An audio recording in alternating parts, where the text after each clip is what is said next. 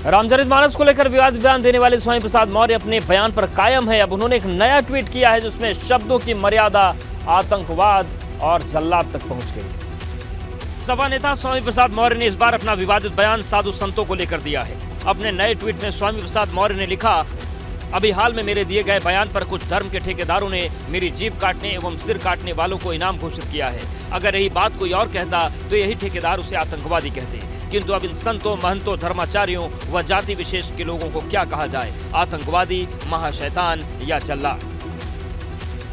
रामचरितमानस और साधु संतों को लेकर स्वामी प्रसाद मौर्य के विवादित बयानों पर संत समाज ने भी कड़ी प्रतिक्रिया जाहिर की है। ज्यादा बोलने वाला पागल होता है तो ये पागल हो जाएगा, और जैसे पागल कुत्ता सड़कों पर घूमते हैं और डंडा खाते हैं, उसी प्रकार से स्वामी प्रसाद मौर्य कुछ दिनों में पागल हो जाएगा। दरअसल स्वामी प्रसाद मौर्य ने रामचरितमानस की कुछ चौपाइयों का जिक्र करते हुए उन्हें हटाने की मांग की थी और कहा था कि इन चौपाइयों से दलितों का अपमान होता है, इसलिए उन्हें बैन कर देना चाहिए। नेताजी के सम्मान पर सियासी घमासान थमता नजर नहीं आ रहा। सपा की ओर से भारत रत्न की मांग पर अब भाजपा ने उन्हें पुराने दिनों की याद दिलाई। दिवंगत नेता मुलायम सिंह यादव को पद्म विभूषण सम्मान दिए जाने के ऐलान के बाद गुरुवार को सांसद डिंपल यादव और शिवपाल यादव ने नेताजी को भारत रत्न से नवाजे जाने की मांग उठाई। विवादित बयानों से चर्चा में आए स्वामी प्रसाद मौर्य ने पद्म विभूषण सम्मान को उपहास तक कह दिया। अब भाजपा नेताओं ने सपा नेताओं की मांग पर पलटवार किया है। डिप्टी सीएम केशव प्रसाद मौर्य ने सपा पर सवाल उठाते हुए पूछा कि सपा के समर्थन में केंद्र में 10 साल सरकार रही, तब उन्होंने नेताजी को कोई सम्मान क्यों नहीं दिया।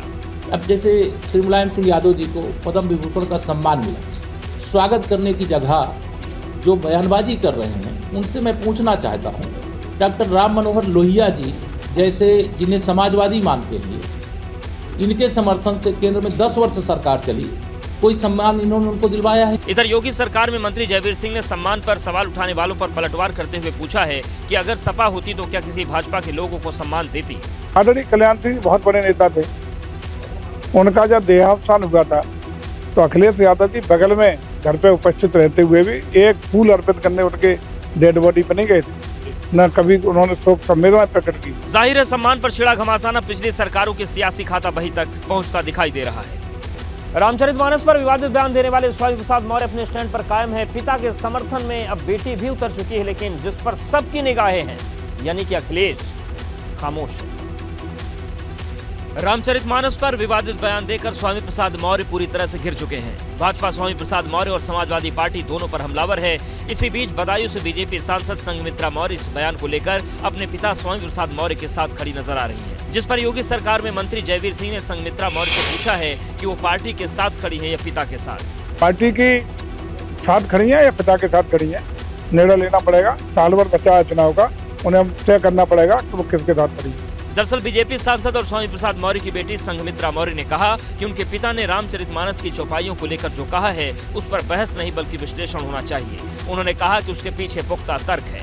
वह लाइन स्वयं भगवान राम के चरित्र के विपरीत है, जहां भगवान राम सबरी के झूठे बेर खा करके जाति और धर्म जाति को महत्व नहीं दिए, वहीं पर उस लाइन में जाति का वर्णन किया गया।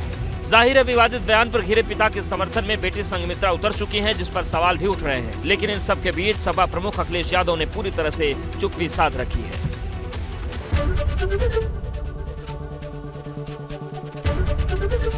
एबीपी गंगा, खबर आपकी, जुबान आपकी।